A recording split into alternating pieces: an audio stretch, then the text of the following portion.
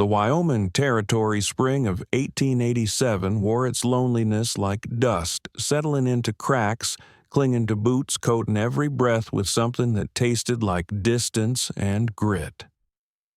The wind blew unkindly that day across Raw Bend, a frontier town better known for its whiskey and whoring than for honest trade. It was spring market, and that meant noise barrels rolled, men hollered, cattle bawled, and every pocket carried something stolen or wagered. But Eli Walker didn't come for noise. He came for a horse. He was 55 years old, broad-shouldered despite his lean frame, with the gait of a man who once moved quickly, but had long since learned the value of silence. Years of gun work had carved the sharpness into his jaw, but time and sorrow had softened his voice to near stillness. 16 years back, he'd buried his wife beneath a lone cottonwood on land no one wanted. Since then, he'd kept mostly to himself, tending horses, building fences, and speaking only when needed. They called him Ghost Rider behind his back. He didn't mind. The truth rarely wore manners. He tied his mare at the edge of the market square, adjusted his hat against the wind, and moved through the crowds like a shadow seen, but never stopped. He had no interest in drink or company, and even less in the kinds of tents pitched near the alley where laughter sounded wrong and the air smelled like sweat and shame. But then he heard her. Not a scream, not a sob, just a whisper. "Please take me. I can cook. I can bear you children too." He froze mid-step. It wasn't the words, it was the way they were said. No desperation, no theatrics.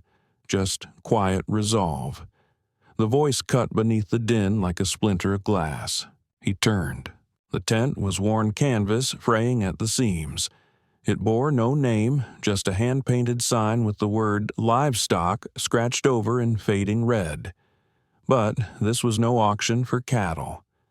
He stepped closer, just far enough to peer through the torn flap. Inside, a row of young women stood barefoot in the mud, some barely more than girls. Their dresses were torn, their expressions hollow. Not a rope bound them, but fear held tighter than chains. And there she was. She couldn't have been more than 21. Dirt smudged her cheeks and her hair hung loose in the wind. But her eyes, God, her eyes were old, older than his, brown, unflinching, and steady as a mountain before a storm. She looked at him, not the auctioneer, not the crowd, him, and she didn't blink. "Virgin blood knows her way round a stove," the auctioneer bellowed. "Opening bid, $10. The crowd chuckled. Someone whistled. A man with crooked teeth shouted, "I'll pay 10 just to shut her up." Eli didn't move, not for a beat. Then he stepped forward. 20. Silence hit like snowfall. The auctioneer squinted. "Did you say 20, mister?" Eli reached into his coat, pulled out 2 crumpled $10 notes, and laid them on the makeshift table. "20's the price," he said. "Take it or don't." The man stared at him, weighing something invisible. Then he snapped his fingers. "Untie her." The handler hesitated. I said, "Untie her." Clara flinched slightly when the knot around her wrists was cut, but her chin stayed high. Her hands dropped to her sides, free but unsure. Eli didn't offer his hand. He turned and walked into the sun. She followed, barefoot, silent. The crowd didn't cheer or jeer. Some muttered. One man spat near Eli's boots, but no one stopped him. He mounted his mare, then reached down and pulled her up behind him with practiced ease.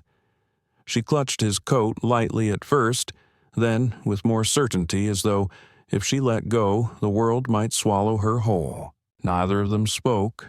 The sounds of Raw Bend faded as the wind picked up and the old town fell away behind them, just another bruise on a map filled with them. Ahead, only prairie and sky, and for the first time in a long while, Clara Monroe wasn't running.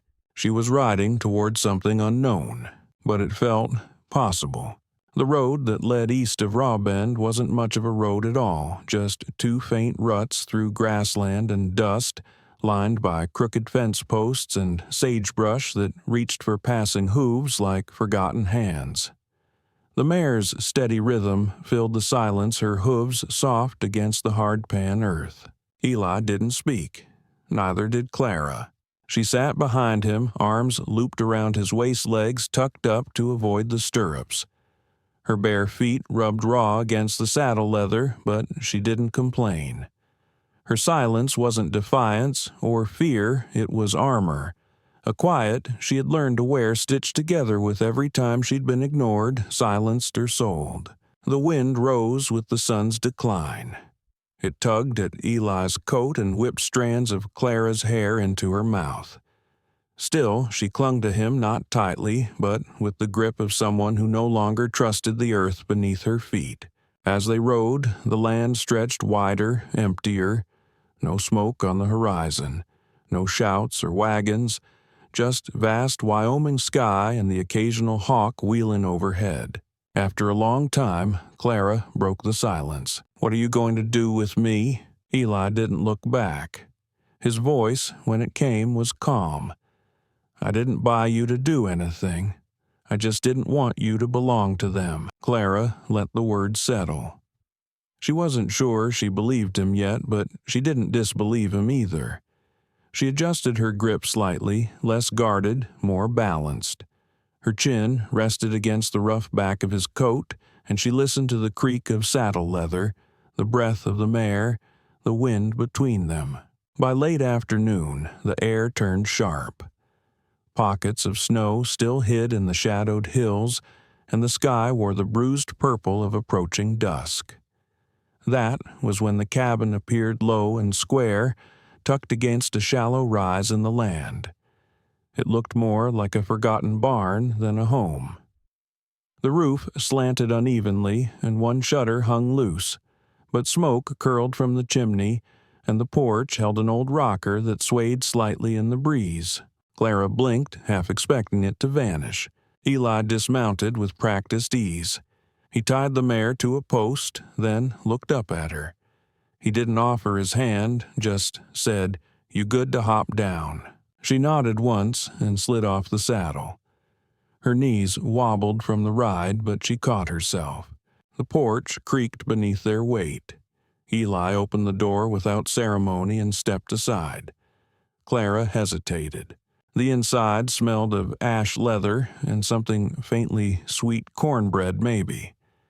The cabin was plain wood walls, a narrow bed against one side, a single table with one chair, and a stove in the corner crackling with fire.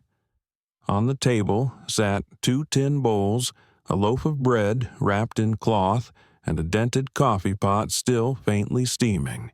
"You eat?" Eli asked. Clara shook her head. "Good," he said simply. "I made extra." She didn't sit. She hovered near the door like a bird unsure if the sky was safe again. Eli shrugged off his coat and hung it on the peg. Then he walked to the rocker beside the stove and pulled a thick wool blanket from it. He tossed it gently onto the bed. "The fire'll stay lit tonight," he said. "You can have the bed. I'll be out in the barn if you want space." She finally found her voice. "You don't have to sleep out there." He paused. "Maybe not, but I figure you've had enough of men telling you where to sleep." She looked at him, then not with gratitude, not with suspicion. Just a long measuring stare. He didn't flinch under it. He moved to the door. Before stepping out, he said, "The stove's hot. Not for me.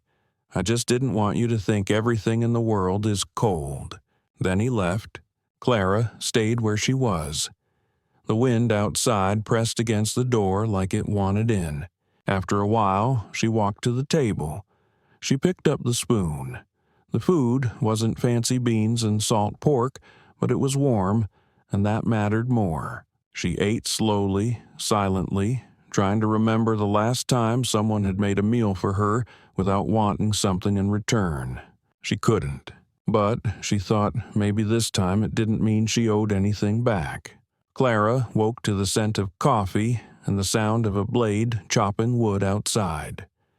For a moment, she forgot where she was. The bed was narrow but clean, her feet tucked into a folded quilt.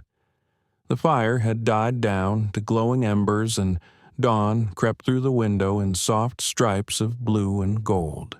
She blinked against the light, then slowly sat up. Her muscles ached not from the bed, but from too many nights spent sleeping on the floor of railcars' church basements or under trees.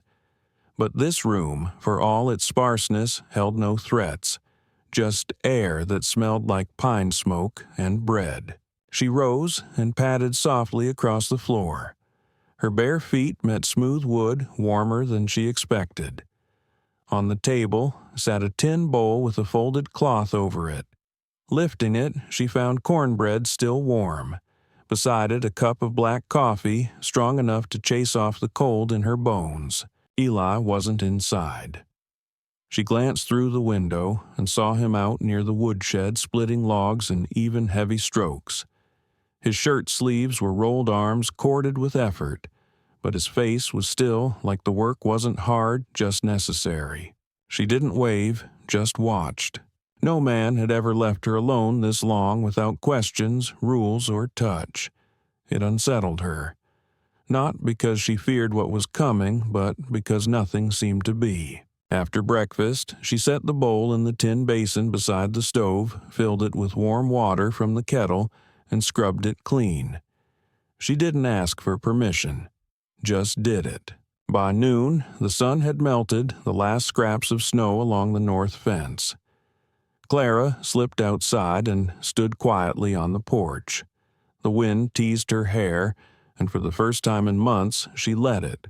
That afternoon, she found a worn flannel shirt in a basket of linens. It was Eli's, frayed at the collar and ripped at one sleeve. She threaded a needle, sat on the floor near the stove, and began to mend. Her stitches weren't perfect, but they were steady. When she finished, she folded the shirt and placed it at the foot of the bed. Eli returned just before sunset. He stepped inside and paused. The cabin smelled different, cleaner. The windows had been wiped, the floor swept, and the old rag rug had been beaten and relaid. The stew pot on the stove simmered with carrots and beans, and a fresh loaf of cornbread rested on a folded towel. He said nothing. Clara didn't speak either. She stood near the back wall, wiping her hands on her apron. Eli removed his coat, hung it neatly on the peg, and sat at the table. He looked down at the meal in front of him, then at her. "Smells good," he said. She nodded. Figured it was my turn. He reached for the ladle, but paused. "You gonna sit with me?" Clara hesitated. Then she stepped forward, picked up the second bowl, and sat down, not across from him, but beside him. Their arms didn't touch, but the warmth between them was no longer just from the fire. They ate in silence. The kind of silence that wasn't about fear or expectation, but about rest. Afterward, Clara gathered the bowls and washed them again. She folded the same blanket Eli had given her and placed it neatly on the bed. That night, before she lay down, she placed the mended shirt on the rocker near the fire. Eli noticed it in the morning. He didn't speak about it, didn't ask how or why. But when he slipped it on, his movements softened slightly, like something long abandoned had been returned. Days passed like that, quiet, measured, kind. Eli never told her where she could or couldn't go. He never touched her. And somehow that was what made her trust him. He let her move through the cabin like she belonged there. No eyes tracking her steps, no hands reaching, just space, just time. And slowly, Clara began to fill that space with small things, clean dishes, repaired buttons, the scent of stew bubbling over the stove. She didn't do it because she was expected to. She did it because for once she could.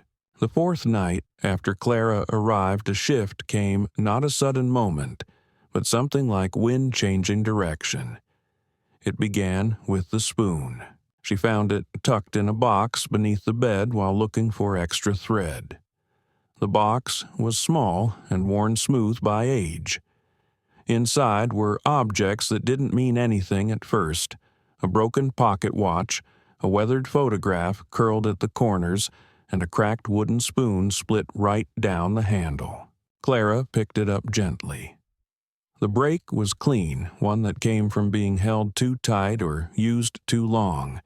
It didn't take much imagination to guess what kind of memory lived inside it.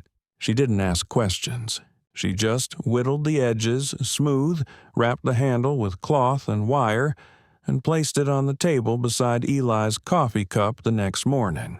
He didn't say a word, didn't ask where she found it. He just stared at it for a long time, the steam from his mug curling up like breath between them. That afternoon, without announcement, he saddled his mare and rode into Rawbend. Clara watched from the porch, unsure if he'd return by nightfall or at all. But just as the sun dipped below the far ridge, he came back coat-dusty, a package tucked beneath his arm. He laid it on the table, wrapped in brown paper and twine. Inside were 3 spools of thread, white, gray, and red, and a new sewing needle. He didn't speak, just lit the fire, stirred the stew, and added an extra log to the stove, though the evening wasn't cold. That night, Clara didn't sit at the far end of the table.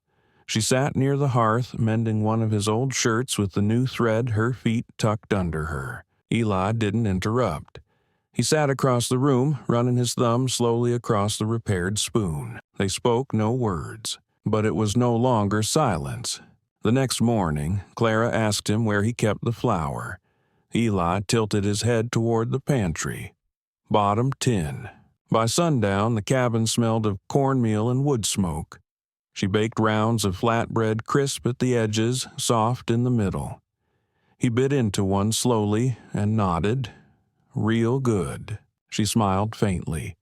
I used to make them with my mother in Arizona. Eli didn't ask more. He just passed her a tin of honey from the shelf. As night deepened, Clara pulled out the old blanket she had first used and shook it clean. Then she returned it to the rocker beside the stove, folding it into perfect thirds. She sat beside the fire, hands in her lap, watching the glow move across the floor. And Eli, quiet as always, brought his chair over without a word and sat beside her. After a long moment, he held out the repaired spoon again. This, he said, used to belong to my wife. Clara looked at him but said nothing. She'd use it every morning, he continued, even when her hands shook too bad to hold the kettle. I kept it, 'cause it still had her in it. Clara touched the wrapped handle gently. It still does. He nodded once. Then he reached into his coat pocket and drew out something small. It was a tiny piece of cloth, hand-stitched with her name, Clara, stitched in red thread. I'm not good at sewing, he said, looking almost embarrassed, but I figured. Maybe you'd like something that had you in it. Clara took it, pressing it between her fingers. The edges were uneven, the stitches clumsy, but it was hers. No one had ever given her something that didn't cost her something back.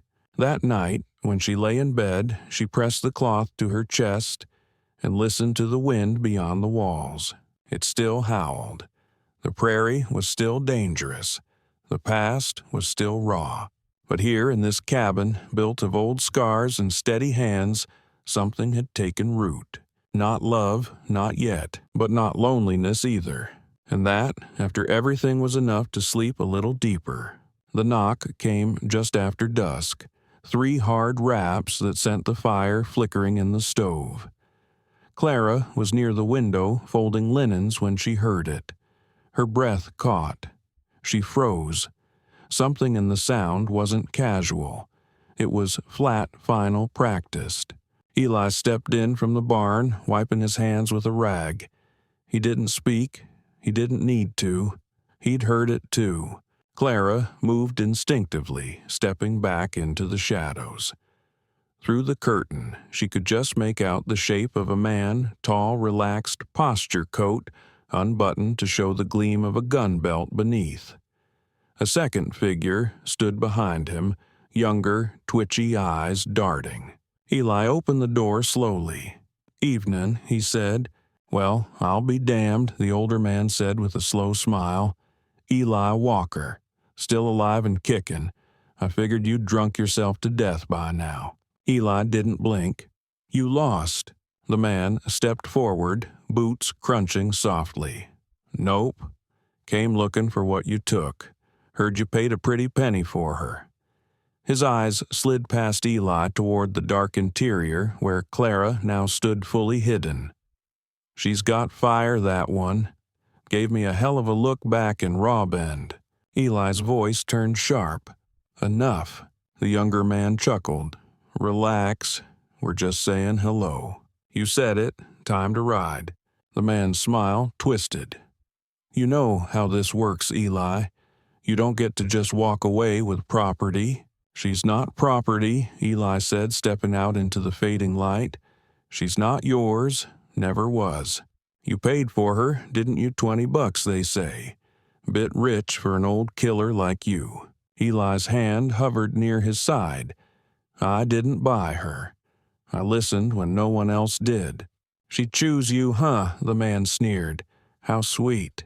The threat was unspoken, but heavy. Clara stepped out from behind the door, then rifle in hand. Her fingers trembled, but her aim was solid. "Do it," she said, her voice low. "Move one more inch, and I swear the next bullet won't miss." The younger man stiffened. The older one's smirk faded. He eyed the distance between Clara and Eli the rifle and the shadows. "Not afraid, are you?" he said. "You should be," Eli replied. From the ridge behind them, the sound of horses rose, 5 riders, lanterns, swinging coats marked with the seal of the county marshal. The man cursed under his breath. "This ain't over." "No," Eli said, "but you are." By dawn, the 2 men were in cuffs. Their ledgers and contracts burned in a pile near the edge of the field. The marshal tipped his hat before riding off, leaving Eli and Clara in the doorway, watching the sky lighten. Eli leaned against the doorframe, his arm bleeding through his sleeve from a grazing bullet. He didn't complain, didn't grunt, just stood steady, breathing slow. "You missed on purpose," he said quietly. Clara shook her head. "No, I aimed exactly where I meant to." She looked down at her shaking hands. "But I won't miss again." And he believed her. She stitched his wound with hands steadier than her voice. She boiled herbs, pressed clean cloth to the raw flesh. "Stop fidgeting," she muttered as he tried to stand. Eli obeyed, not from pain, but from something quieter, something closer to gratitude. Each day that followed, Clara moved through the cabin with more ease. She cooked, cleaned, swept, but not like a servant, not like someone earning her keep. She moved like someone making a home, and Eli let her. He'd sit by the window and watch her hang herbs to dry, fold fresh linens, or hum softly while kneading bread. He didn't say much, didn't have to. That evening, after stew and silence, Clara turned toward him. "If you want me to go," she said, "I will." He didn't answer. "You've given me more than most ever have a roof, a name, safety. But if you're keeping me just because I can cook or stitch, then I'll leave tomorrow." She paused. "But if you want me here, if you feel something for me, then say so, because I can't stay in a house where I don't know if I belong." Her voice didn't tremble. It just stood there between them, solid and honest. Eli stood and walked to the old dresser. From the back of a drawer he hadn't opened in years, he pulled something small, a ring, plain and dull, the metal worn soft from age. He placed it on the table beside her hand. He didn't speak, just left it there, and stepped outside, letting the door creak closed behind him. Clara stared at it for a long time. Then she picked it up. Inside the band was a single letter, barely legible. She smiled, not because it was perfect, but because it was offered. The morning after he placed the ring on the table, Clara woke to find the cabin empty. The fire had been banked to embers. A pot of coffee sat warming on the stove, and her sewing basket had been moved carefully to the chair where Eli had last sat. She stepped onto the porch, blinking against the morning sun. It was colder than expected. Frost clung to the edge of the roofline, and a hawk circled high over the ridge. The barn door stood half open. Inside, she found Eli seated at his old workbench, hunched over something small in his hands. His hunting knife caught the sunlight as it moved slowly, precisely. He didn't hear her at first. When she stepped closer, she saw the ring resting between his fingers. He was carving something into the inside of the band, his jaw tight with focus. She didn't say anything, just watched. Later that afternoon, when she returned to the cabin after gathering herbs near the fence line, she found the ring placed on the windowsill in a narrow shaft of light. She picked it up. The old letter, an initial worn down by time, was still there. But beside it now, freshly etched, was another. The curve of a new letter. Her letter. She slipped the ring onto her finger and felt something settle inside her chest. Not certainty, not even peace, but the beginning of something steady. That evening, Eli tried to split kindling with one hand, his bandaged shoulder aching with every swing. "Stop," Clara said from the doorway. "You're going to tear the stitches." He paused but didn't argue. She came forward, took the axe from his hands, and leaned it against the wall. "You fed the fire long enough. Let someone else tend to it now." He stared at her, not with resistance, but with that same quiet look he'd worn the day he let her walk into his cabin without asking for anything. Inside, she cleaned his wound again, pressing warm claws to the skin, grinding herbs she'd used in the mission house as a girl. Her hands were gentle but sure. "You don't have to do this," he murmured. She didn't look up. "I know." Still, she finished the job, tied off the cloth, and sat beside him on the edge of the bed. They stayed that way for a long while, the fire hissing softly, the prairie wind tapping at the shutters. "I was raised near Fort Bowie," she said suddenly. "My mother was half Navajo. Her father never came back from the war. She died when I was 15. Eli listened, not interrupting. "They told me to find her kin up north. But when I did, they looked at me like I was nothing. Too white for one side, too native for the other." She folded her hands in her lap. "You ever feel that way? Like you belong nowhere?" Eli leaned back. His shoulder winced, but he didn't hide it. "I belonged to one woman," he said, "and when she died, I stopped belonging anywhere." He looked at her then. Really looked. Until now. Clara blinked. Her throat felt thick. "I ain't good with words," he added, "and I don't know what kind of man I'll be tomorrow, but I'll wake up and choose you again." She didn't cry. She wasn't the crying kind, but her hand found his rough scarred steady and stayed there. Later that night, while he rested, Clara sat by the fire and turned the ring slowly on her finger. She whispered to herself, "This time, I chose him." And it was the first time in her life that choosing didn't feel like surrender. It felt like freedom. Spring arrived late that year, but when it came wild. Rawbends Valley lit up with wagon wheels and fiddle strings, the town square blooming in dust and music and the heavy scent of fire-roasted meat. Traders set up tents with bolts of cloth, cast iron pots, and sugar barrels. Children chased each other between horses and crates, and for the first time in a long while, no one looked over their shoulder. Behind a long wooden table, under a striped awning, stood Clara Walker. Her apron was dusted in flour. Her cheeks glowed from the heat of the fire pit, where a stew pot simmered and cornbread cooled in woven baskets. She moved with ease, ladling hot food into bowls, nodding to neighbors, answering questions with a firm but friendly voice. There was no sign of the girl who once whispered through canvas in a filthy alley. Just a woman, capable, unafraid, alive. Eli stood nearby, older now, still quiet. He poured water for elders, passed bread to grubby children, and knelt when a boy tugged at his coat and asked if horses could sleep standing up. His voice, once used for commands and silence, was now gentler, warmer. Ever since she married him, an old woman whispered from the crowd, "He's been smiling." Thought it'd break his damn face. Clara laughed when she heard it. Later that evening, a girl no older than 7 tugged at Clara's skirt. "Miss Clara, did you marry him? 'Cause he's handsome." Clara knelt to the girl's level and smiled. "No, honey. I married him because he was the first man who didn't look at me like I was something to buy." The girl's eyes went round. "Oh." She nodded solemnly and ran off to find more bread. The sun-dipped low lanterns flickered to life, and Eli sat beside Clara on a bench near the edge of the square. She leaned her shoulder against his, tired from the day, but not weary. They watched people dance in the dust, laughter rising like smoke. "Can I ask you something?" she murmured. Eli nodded. "Why did you choose me that day in the tent?" He didn't answer right away. He looked out at the crowd, at the children with sticky fingers and old men with tired eyes.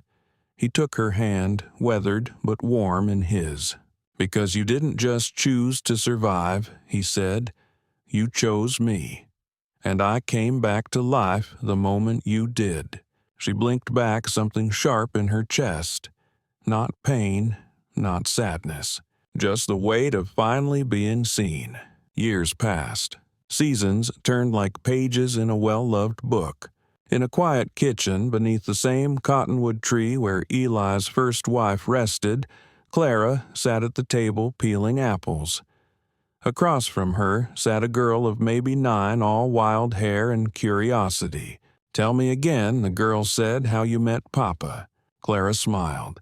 "He came to town looking for a horse. And you, I was being sold like one." The girl frowned. "But you stayed." "I did." She reached across the table, took her daughter's hands. "Because when everyone else saw something broken, he saw someone brave." The girl leaned her head on Clara's arm. "And then what?" Clara looked down at the ring on her finger, now warm with years of wear. "Then I chose him. And I wasn't just choosing to live," Clara whispered. "I was choosing to be loved." Outside, the prairie wind rustled the leaves like a lullaby, and somewhere beyond the window, Eli called from the barn, his voice low and steady. Clara rose with the rhythm of someone who knew exactly where she belonged. In a world that often asks people to harden or disappear, the most radical act can be simple: to choose someone and let yourself be chosen. Clara wasn't rescued. She wasn't saved. She was seen. And in being seen, she began to return to herself. Eli didn't make grand promises or offer polished words. He simply made space. He left the fire, burning the door unlocked and the silence kind. And in that space, trust took root, not because he demanded it, but because he honored it. If you've ever felt discarded, like your value depended on what you could offer or what you could endure, remember Clara's story. Sometimes love doesn't show up with flowers or fanfare. Sometimes it comes in the form of a mended spoon, a patched shirt, a ring carved with a new initial. Sometimes love is quiet. It listens. It stays. So ask yourself, have you been seen? Have you let yourself choose not out of fear, but out of hope? Tell us in the comments. What moment in Clara and Eli's journey moved you most? If this story touched your heart, subscribe to Whispers of the Wild West for more tales of redemption, resilience, and the kind of love that's built, not bought. Let's keep the fire burning.